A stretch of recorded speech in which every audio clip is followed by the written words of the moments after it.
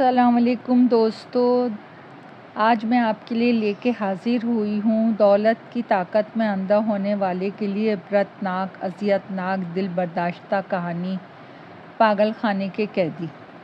سورج آگ برسا رہا تھا۔ اس سخت گرمی میں وہ پسینے میں شرابور انگاروں کی طرح دہتی ریت پہ پڑا حیرت اور خوف کے ملے جلے تاثرات سے قریب کھڑی ایک قوی ہیکل خوفناک شخص کو دیکھ رہا تھا۔ تپتی ہوئی ریت دہتے انگاروں کی مانند اس کے جسم کو جھلسا رہی تھی، مگر حیرت کی بات یہ تھی کہ وہ کوشش کے باوجود خود میں اٹھنے کی ہمت نہیں کر پا رہا تھا۔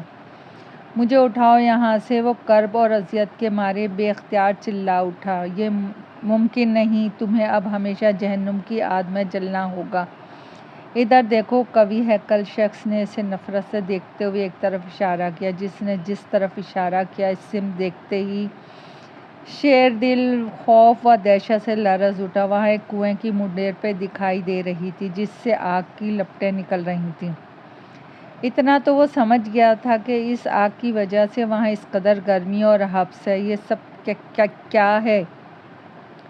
شیردل نے ہکلاتے ہوئے پوچھا۔ یہ جہنم کے کنووں میں سے ایک کنواں ہے جس میں تمہیں ہمیشہ رہنا ہے، یا یوں سمجھو کہ یہیں تمہارا اصل ٹھکانہ ہے، اس شخص نے غضبناک لہجے میں کہتے ہوئے کہا۔ آگ کے اس کنویں کی طرف اسے لے جانے لگا۔ مگر جہنم میں تو انسان مرنے کے بعد جاتا ہے، میں تو زندہ ہوں، وہ ایک بار پھر چلایا۔ وہ شخص رک گیا۔ تم مر چکے ہو اور تمہارے برے اعمال کے باعث تمہیں جہنم میں بھیج دیا گیا ہے، مگر میں زندہ ہوں، اسی لیے تو مجھے تکلیف کا احساس ہو رہا ہے، جبکہ مرنے کے بعد درد اور تکلیف کا احساس نہیں ہوتا۔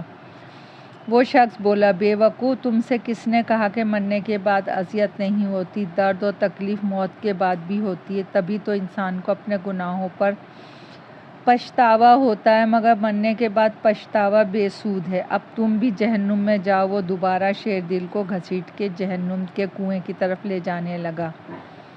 رکو تو صحیح، میری بات تو سنو، اس نے چیخ کر قوی ہیکل شخص سے کہا۔ تو پھر وہ رک گیا۔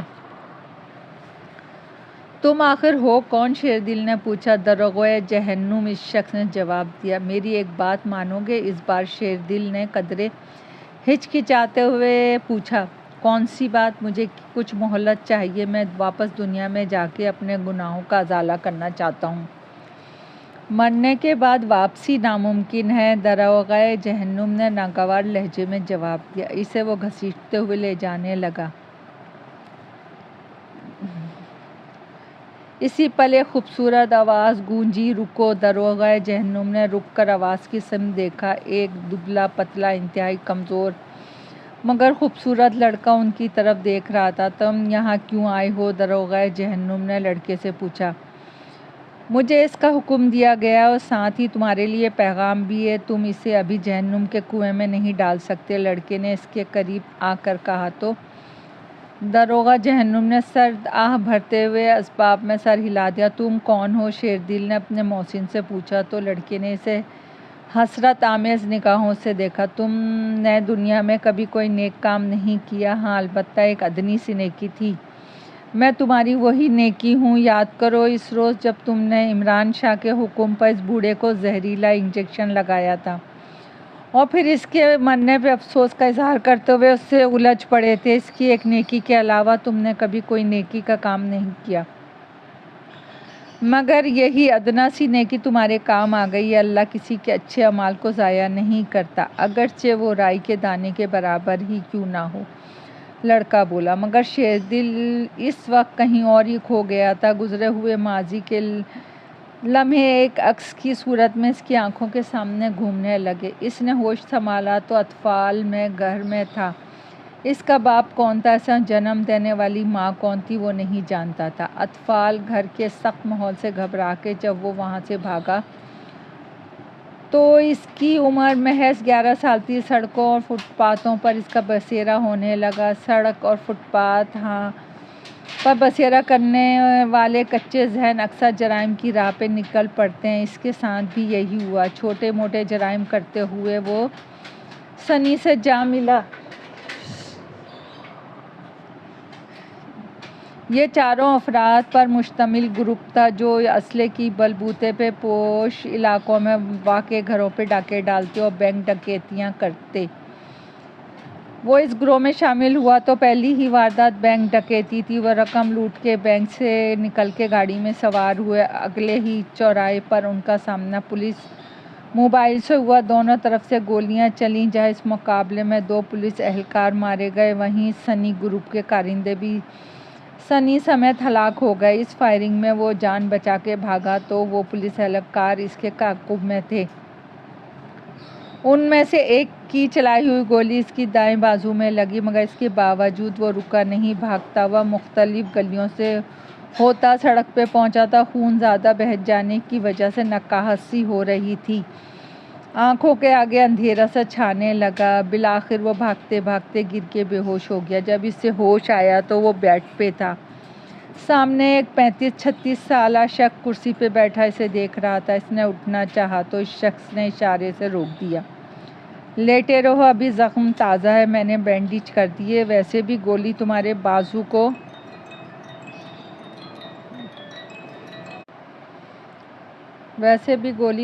بازو کو گوشت کو پھاڑتی ہوئی نکل گئی تھی، اسی لیے تمہاری بچت ہو گئی۔ اور بے فکر رہو، یہ جگہ پولیس کی دسترس سے باہر ہے۔ تم جس وقت سڑک پہ گر کے بے ہوش ہوئے، میں اپنی گاڑی میں وہاں سے گزر رہا تھا، گاڑی میں ڈالا اور یہاں لے آیا۔ میں یہ بھی جان چکا ہوں کہ تم پولیس مقابلے میں زخمی ہوئے ہو اور تمہاری فائرنگ سے 2 پولیس اہلکار بھی مارے گئے ہیں۔ یہ چند لمحے پیشتر ٹی وی چینل بتا رہے تھے اور ساتھ ہی تمہاری فوٹیج بھی تھی، جو غالباً وہاں موجود CCTV کیمرے سے حاصل کی گئی تھی۔ اب تمہارے لیے باہر موت سے بہتر یہی ہے کہ اب یہیں رہو، میرے ساتھ بطور معاون کام کرو، تمہیں پیسہ بھی ملے گا اور پولیس سے تحفظ بھی، اور یہ صاف ستھرا اور سیدھا کام ہے۔ شہر سے دور اس مضافاتی علاقے میں 2 ایکڑ کے احاطے میں واقع یہ عمارت شاہ جی نفسیاتی اسپتال کے نام سے جانی جاتی تھی۔ یہاں دماغی امراض کے شکار افراد علاج کے لیے لے آئے جاتے تھے۔ اس وقت تو شیردل کو حقیقت کا علم نہ ہوا، مگر بعد میں معلوم ہوا کہ وہ بہت بڑی مصیبت میں پھنس چکا ہے۔ ڈاکٹر عمران شاہ ایک شاطر مگر جرائم پیشہ شخص تھا۔ وہ لوگ جو اپنے کسی رشتہ دار کی دولت اور جائیداد ہتھیانا چاہتے تھے، عمران شاہ کے تعاون سے اسے پاگل ظاہر کر کے اسے نفسیاتی علاج گاہ میں پہنچا دیتے اور خود اس کی مال و دولت پہ قابض ہو جانے سے ڈاکٹر عمران شاہ اس کے عوض بھاری رقم وصول کرتا۔ اور تو اور وہ ایسے لالچی افراد جو اس کے تعاون سے یہ غیر قانونی کام کرواتے تھے، گفتگو کے دوران خفیہ کیمروں سے ریکارڈنگ کے بعد انہیں بلیک میل کر کے بھاری رقم وصول کرتا۔ اس روز شیردل اپنے کمرے میں تھا کہ اس کے موبائل فون کی گھنٹی بجی۔ اسکرین پہ عمران شاہ کا نمبر دیکھ کے اس نے برا سا منہ بناتے ہوئے کال ریسیو کی۔ شیردل فوراً میرے کمرے میں آ، اور دوسری طرف سے عمران شاہ نے تحکمانہ لہجے میں کہا۔ وہ عمران شاہ کے کمرے کے دروازے پہ پہنچا ہی تھا کہ دروازہ کھلا اور بیش قیمت 3 پیس سوٹ میں ملبوس 30 سالہ نوجوان باہر نکلا۔ اس نے سرسری نگاہ شیردل پہ ڈالی اور پھر آگے بڑھ گیا۔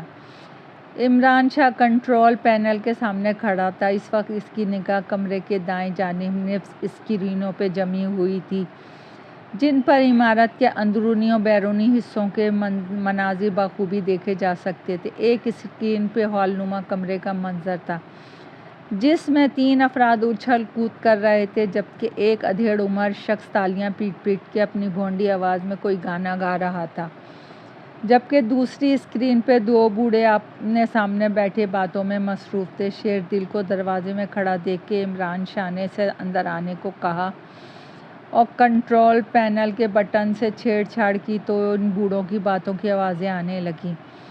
ان میں سے ایک کہہ رہا تھا، صفدر مجھے تو لگتا ہے اس پاگل خانے سے ہماری مرہی کی جان چھوٹے گی۔ دوسرا خوفزدہ لہجے میں بولا، خاموش رہو، اگر ہماری باتوں کی بھنک بھی ڈاکٹر شاہ کو لگ گئی تو تم جانتے ہو وہ ہمارا کیا انجام ہوگا۔ وہ شخص کسی جن بھوت سے کم نہیں ہے، اس سے کوئی بات نہیں چھپی رہتی۔ ان کی گفتگو سن کے عمران شاہ مسکرایا اور ایک طرف رکھی میز کے دراز سرنج نکال کے شیردل کو دیتے ہوئے کہا، شیردل صفدر نامی اس بوڑھے کو یہ انجیکشن لگا دو۔ شیردل نے سرین میں موجود سبز رنگ کے محلول کو دیکھا۔ سر یہ کون سا انجیکشن ہے؟ تم سے جتنا کہا جائے اتنا کرو، زیادہ سوال جواب کرنے کی ضرورت نہیں، عمران شاہ نے تلخ لہجے میں کہا اور دوبارہ کنٹرول پینل کے سامنے جا کھڑا ہوا۔ شیردل کمرے سے نکلا اور کوریڈور کے آخری سرے میں واقع کمرے کا لاک کھول کر اندر داخل ہو گیا۔ کمرے میں موجود دونوں بوڑھوں نے خوفزدہ نگاہوں سے شیردل کی طرف دیکھا۔ چاچا صفدر ادھر آؤ، تمہیں انجیکشن لگانا ہے؟ نہیں، میں انجیکشن نہیں لگواؤں گا، مجھے گھر جانا ہے، اپنے بیٹے کے پاس دیکھو، میں اصل میں پاگل نہیں ہوں، صفدر نامی بوڑھا منت بھرے لہجے میں بولا۔ شیردل آگے بڑھا، دیکھیں یہ ڈاکٹر عمران شاہ کا حکم ہے، آپ اسے جانتے بھی ہیں۔ اس کے ان الفاظ کا خاطر خواہ اثر ہوا۔ صفدر نے خود ہی اپنے دائیں بازو سے آستین اوپر کی اور اچھا لگا دو انجیکشن۔ شیردل انجیکشن لگا کے دروازے کی طرف بڑھا ہی تھا کہ صفدر کی چیخ سن کے رک گیا۔ وہ فرش پہ گرا ایڑیاں رگڑ رگڑ کے تڑپ رہا تھا اور کپناک انداز میں چیخ رہا تھا۔ اس کے چہرے کے تاثرات درد اور اذیت سے بگڑتے جا رہے تھے۔ ایسا لگ رہا تھا کہ وہ سخت درد اور اذیت میں ہے۔ پھر یوں ہی تڑپتے چلاتے اس پر تشنج کی سی کیفیت طاری ہو گئی، جبکہ دوسرا بوڑھا دیوار سے ٹکائے اسے خوفزدہ نگاہوں سے دیکھ رہا تھا۔ اسے کیا ہوا ہے؟ شیردل بڑبڑایا اور بوڑھے کی طرف بڑھا ہی تھا کہ کمرے میں نصف خفیہ اسکرین سے عمران شاہ کی آواز ابھری۔ اسے اس کے حال پہ چھوڑ کے کمرہ لاک کرو اور میرے کمرے میں آ جاؤ۔ وہ کمرہ لاک کر کے عمران شاہ کے کمرے میں داخل ہوا تو وہ کنٹرول پینل کے سامنے کھڑا اسکرین پہ نظر آنے والے اس منظر کو دیکھ رہا تھا جس میں صفدر فرش پہ ذبح کیے ہوئے جانور کی طرح تڑپ رہا تھا۔ شیردل نے اسکرین سے نگاہیں پھیری اور گھبرائے ہوئے لہجے میں پوچھا، یہ کیسا انجیکشن تھا اور اسے کیا ہوا؟ عمران شاہ نے اسکرین سے نظر ہٹائے بنا سرسری لہجے میں جواب دیا، یہ انتہائی خطرناک زہر ہے جس سے جسم کے جوڑ جوڑ میں ناقابل بیان اذیت ہوتی ہے اور انسان تڑپ تڑپ کے مر جاتا ہے۔ مگر کیوں؟ اس بوڑھے نے تمہارا کیا بگاڑا تھا؟ اور پھر یہ ظلم میرے ہی ہاتھوں کیوں؟ شیردل نے اشتعال کے عالم میں کہا۔ اس کا جی تو چاہ رہا تھا کہ سفاک انسان کا گلا دبا دے، مگر اس کا بس نہیں چل رہا تھا۔ ڈاکٹر عمران شاہ سانپ سے زیادہ خطرناک تھا۔ اس کے ایک اشارے پہ خود شیردل جیل کی سلاخوں کے پیچھے چلا جاتا۔ صفدر کا تڑپتا جسم ساخت ہو چکا تھا، جبکہ اس کا ساتھی بوڑھا پھٹی پھٹی نگاہوں سے صفدر کی لاش کی طرف دیکھ رہا تھا۔ صفدر کی موت کے بعد گویا عمران شاہ کی اسکرین میں دلچسپی نہ رہی۔ وہ شیردل کی طرف مڑا، تو تم ظلم و مظلوم کی بات کرتے ہو، تم خود جانتے ہو تمہارا ماضی کیا ہے؟ ماضی کے ناقابل تردید ثبوت میرے پاس محفوظ ہیں۔ تم جب تک اس عمارت میں ہو محفوظ ہو، تمہارے باہر جاتے ہی تمہیں پولیس دھر لے گی۔ اور رہا اس بوڑھے کو مرنے کا سوال، تو اسے میں نے اپنی مرضی سے نہیں مارا۔ کچھ دیر پہلے جب تم اس کے کمرے میں داخل ہوئے تو راستے میں تم نے 3 پیس نوجوان کو دیکھا ہوگا جو میرے ہی کمرے سے نکلا تھا۔ جانتے ہو وہ کون تھا؟ وہ صفدر کا اکلوتا بیٹا اسفندیار تھا۔ اس نے خود ایک ڈیل کے تحت باپ کو پاگل ظاہر کروا کے اس پاگل خانے تک پہنچا دیا، پر ڈرایا دھمکا کے میرے ذریعے باپ سے کروڑوں کی جائیداد اپنے نام کروا لی، اور اب اس نے مجھے لاکھوں روپے صرف اس لیے دیے ہیں کہ میں اس کے باپ کا کام تمام کر دوں۔ یہ دیکھ کے عمران شاہ نے کنٹرول پینل کا بٹن دبا دیا۔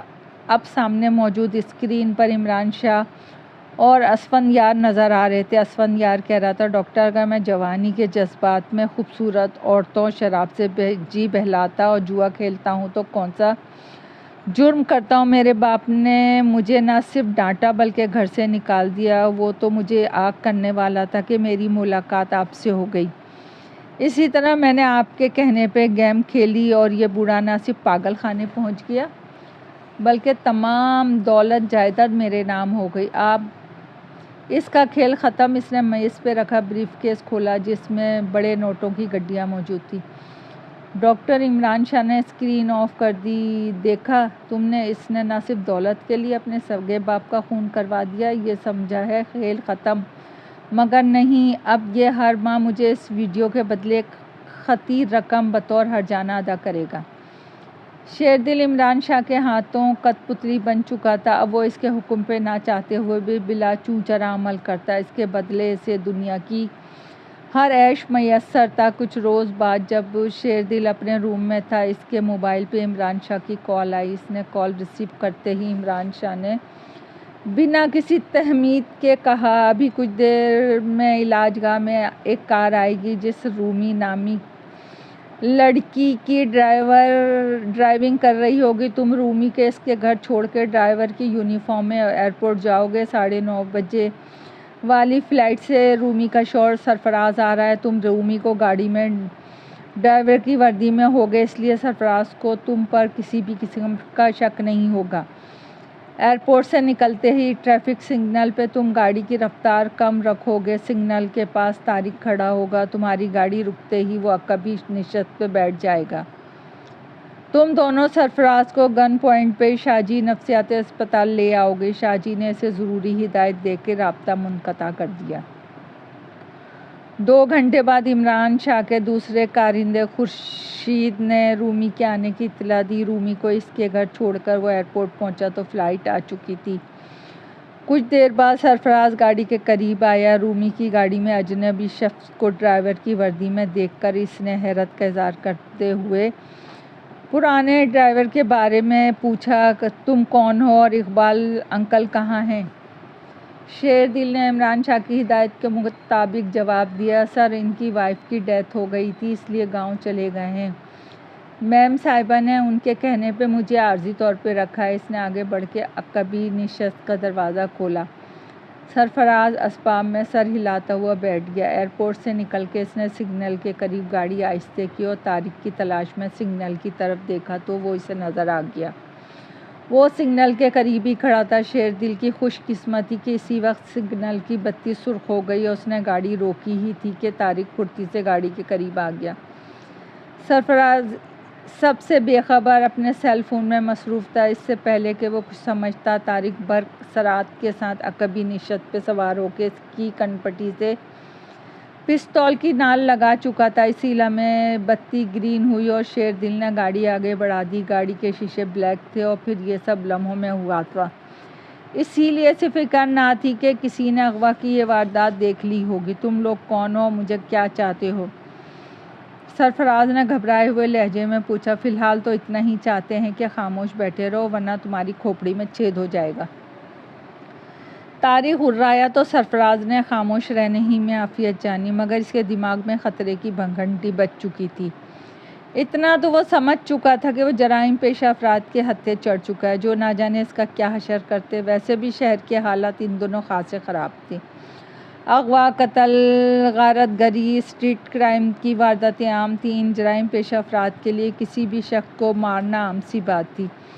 گاڑی مضافات میں داخل ہوئی تو وہ دل ہی دل میں فیصلہ کر چکا تھا کہ بے بسی کی موت مرنے سے بہتر ہے، ان سے جان چھڑانے کی کوشش ضرور کرے گا، تخت یا تختہ، انجام چاہے کچھ بھی ہو۔ کچی اور ناہموار سڑک پہ رات کے اس پیر اندھیرا تھا۔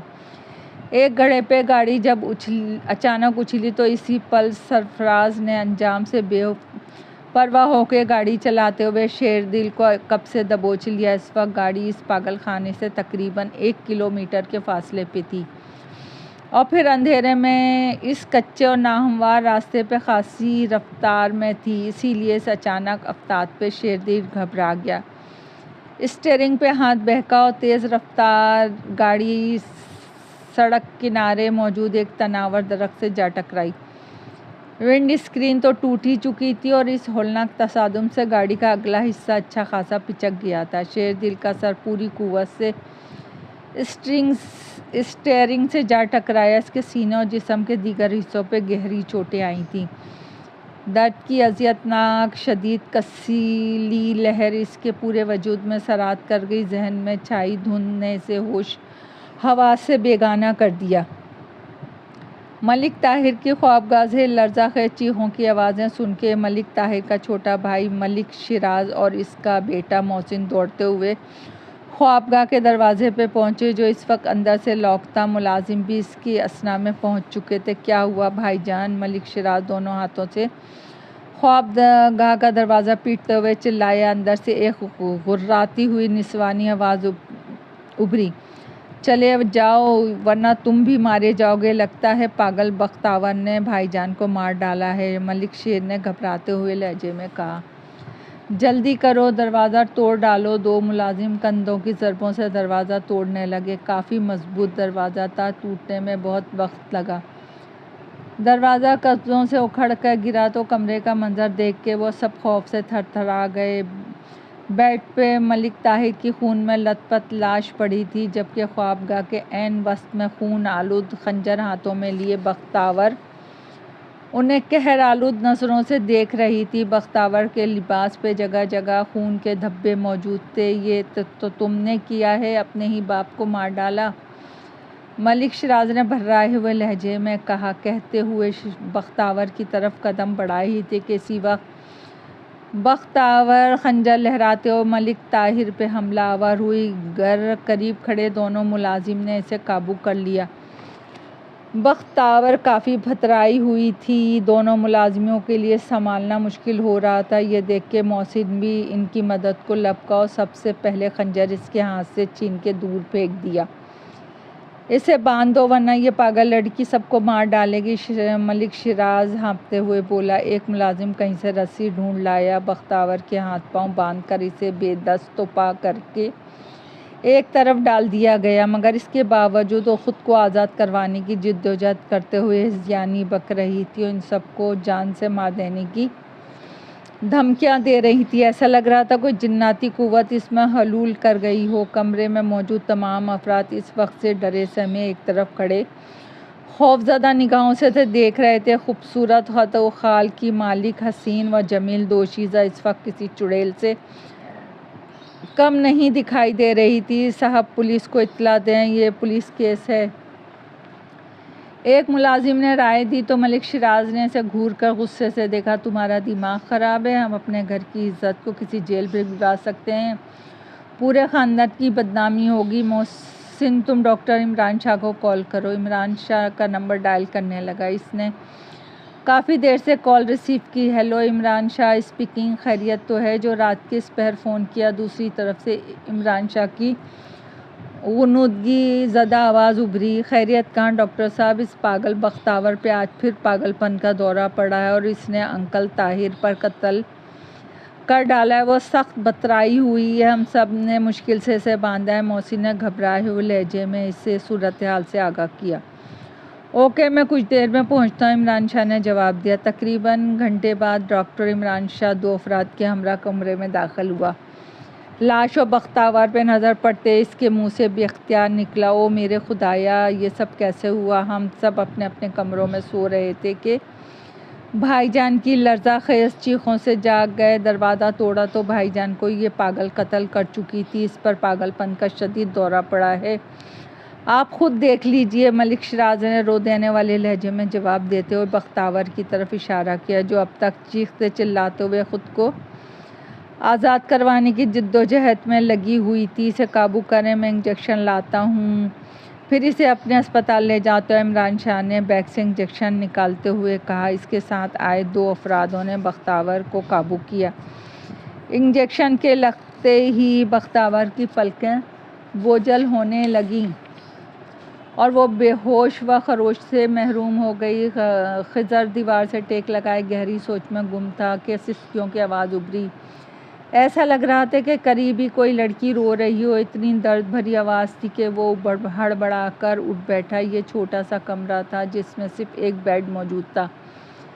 بیڈ پر موجود میٹرس اس قدر میلا کچیلا تھا کہ تمام حالات میں شاید اس پہ کوئی بیٹھنا ہی گوارا نہ کرتا، مگر اسے پچھلے 2 ماہ سے اسی بیڈ پہ سونا پڑ رہا تھا اور بمشکل 2-4 گھنٹے ہی رات کو سوتا اور پھر رات کے آخری پہر اسی طرح دیوار سے ٹیک لگائے جاگتا رہتا۔ آج رات کے آخری پہر اس لڑکی کی درد بھری سسکیاں اسے بے چین کر رہی تھیں۔ اس نے غور کیا، لڑکی کی آواز دائیں طرف سے آ رہی تھی۔ یہاں 8 فٹ کی بلند دیوار تھی، جبکہ چھت کے قریب 4 فٹ جگہ خالی تھی۔ اس کا اندازہ تھا کہ یہاں دیوار لگا کر ایک کمرے کو 2 حصوں میں تقسیم کر دیا گیا ہے۔ جو یقیناً درست ہی تھا کہ لڑکی کے رونے کی آواز دیوار کی دوسری طرف سے آ رہی تھی۔ اس نے دھیرے سے بیٹ کھسکا کے دیوار کے قریب کیا۔ اس کے باوجود اسے دوسری طرف جھانکنے کے لیے پاؤں کے پنجوں کے بل کھڑا ہونا پڑا۔ دوسری طرف بھی اسی قسم کا ایک بیڈ موجود تھا جس پر گھٹنوں میں سردی لڑکی بیٹھی رو رہی تھی۔ اس نے لڑکی کو آہستہ سے پکارا کہ ڈر تھا کہ کہیں اس پاگل خانے کے عملے کا کوئی فرد اس کی آواز نہ سن لے۔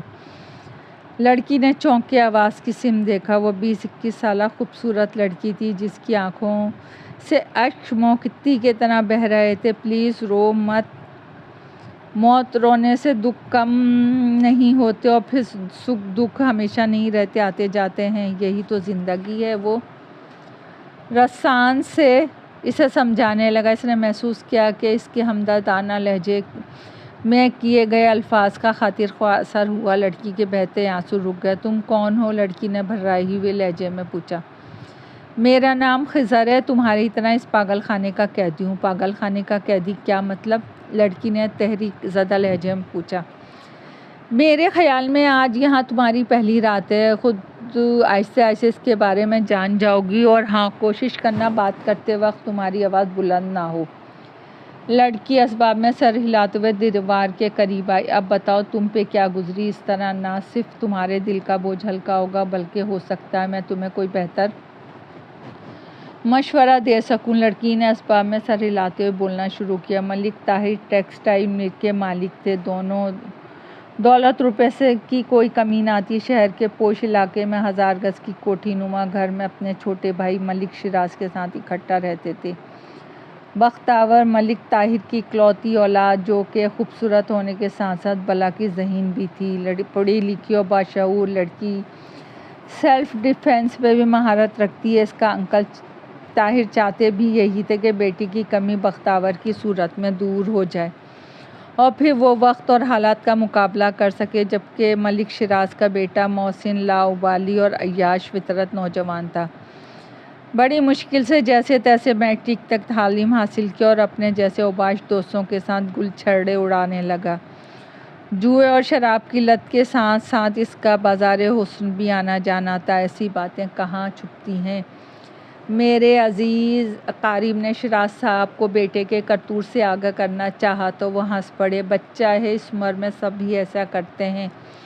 پھر میرے پاس دولت جائیداد کی کون سی کمی ہے؟ بختاور نے تعلیم مکمل کی تو ملک شیراز نے محسن کے لیے اس کا ہاتھ مانگا۔ بڑے بھائی نے ٹال مٹول سے کام لینا چاہا مگر بختاور نے صاف انکار کر دیا۔ خود بختاور کی ماں شیلا نے بھی اس رشتے کی مخالفت کی اور ان کا خیال تھا کہ شیراز صاحب کی فیملی اس انکار سے ناراض ہو جائے گی، مگر ایسا نہیں ہوا۔ شیراز صاحب اور ان کی بیگم بانو کے جواب نے انہیں مطمئن کر دیا کہ جوڑیاں تو آسمانوں پہ بنتی ہیں، شاید قدرت کو اس کا ساتھ منظور نہیں۔ پھر بختاور جب اس رشتے کے لیے راضی نہیں تو ناراضگی کس بات کی؟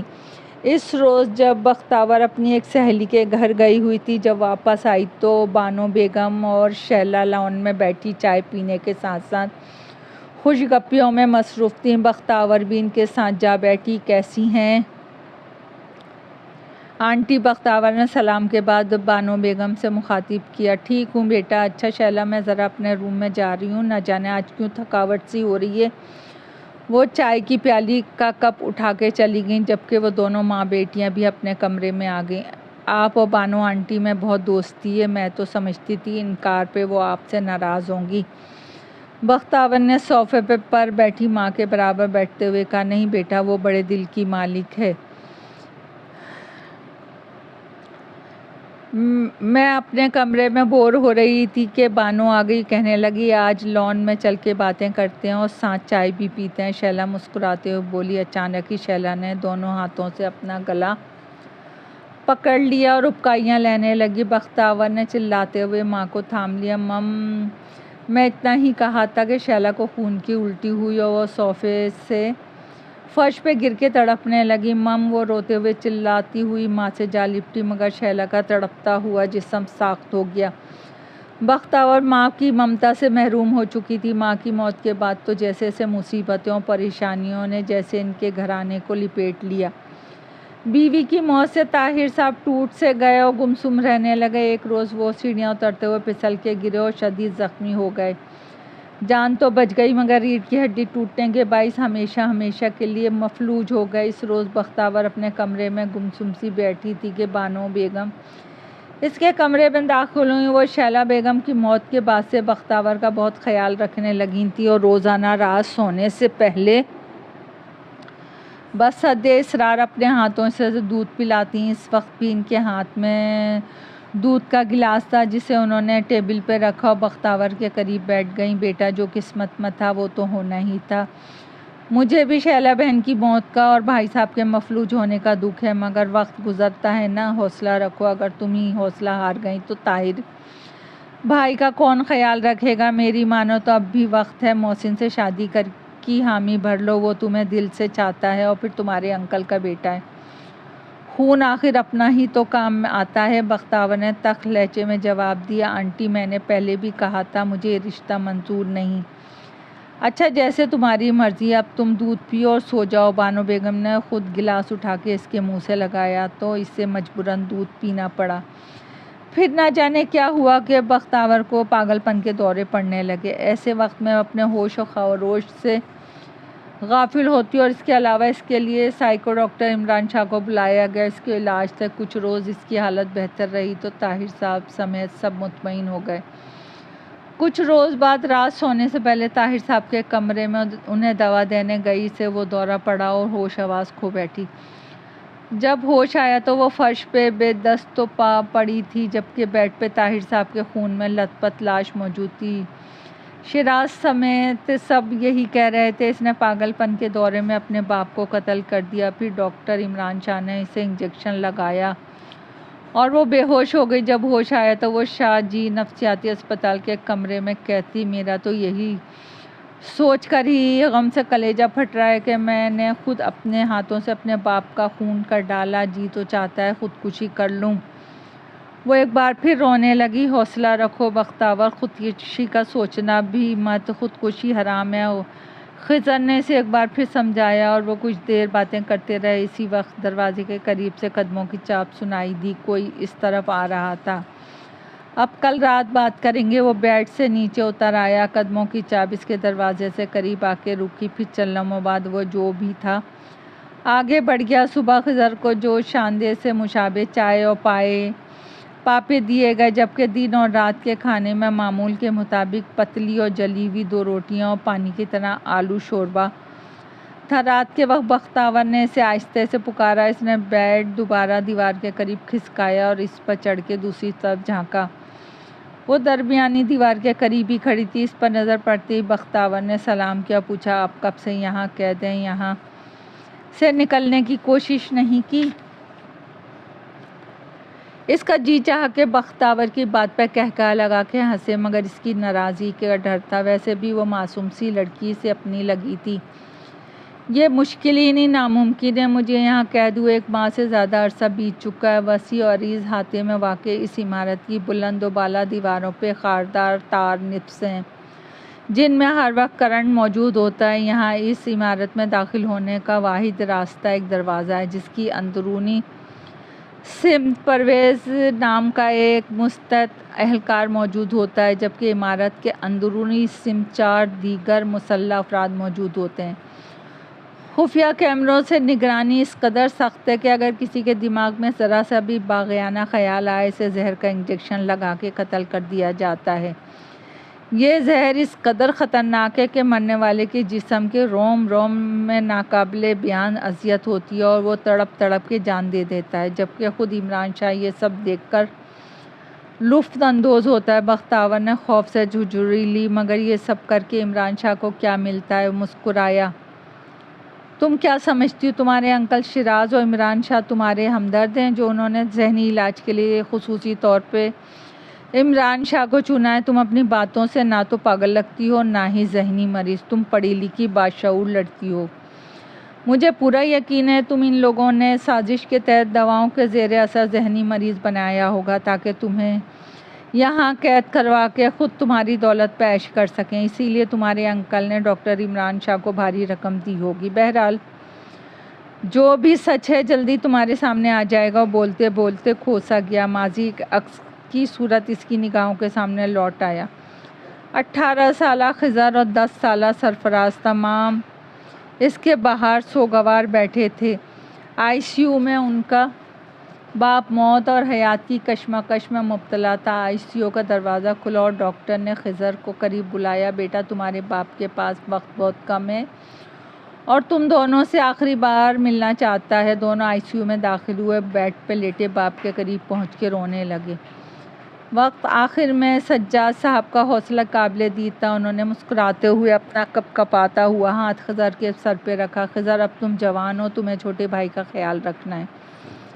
اگر تم ہی ہمت ہار بیٹھے تو سرفراز کا کیا ہوگا؟ انہیں اسی طرح بولتا دیکھ کے خضر کو امید کی کرن نظر آئی۔ ڈیڈی، آپ کو کچھ نہیں ہوگا، یہ ڈاکٹر آپ کا علاج نہیں کر سکتے، اسی لیے مایوسی کی باتیں کر رہے ہیں۔ ہم آپ کو علاج کے لیے ملک سے باہر بھیجیں گے۔ ایسے کہتے وقت وہ شاید نہیں جانتا تھا کہ شمع بھی بجھنے سے پہلے آخری بار تیزی سے پھڑپڑاتی ہے۔ اس نے انکار میں سر ہلایا۔ میں جانتا ہوں میرا وقت قریب ہے اور پھر مجھے موت کی سرگوشیاں سنائی دے رہی ہیں۔ خضر، تمہاری ماں کے مرنے کے بعد میں نے اس لیے دوسری شادی نہیں کی کہ تم دونوں بھائیوں کے ساتھ کوئی زیادتی نہ ہو جائے۔ وعدہ کرو سرفراز بھائی کی طرح نہیں بلکہ باپ کی طرح خیال رکھو گے۔ خضر نے روتے ہوئے اقرار میں سر ہلایا۔ شاید وہ اس کے اقرار کے ہی منتظر تھے۔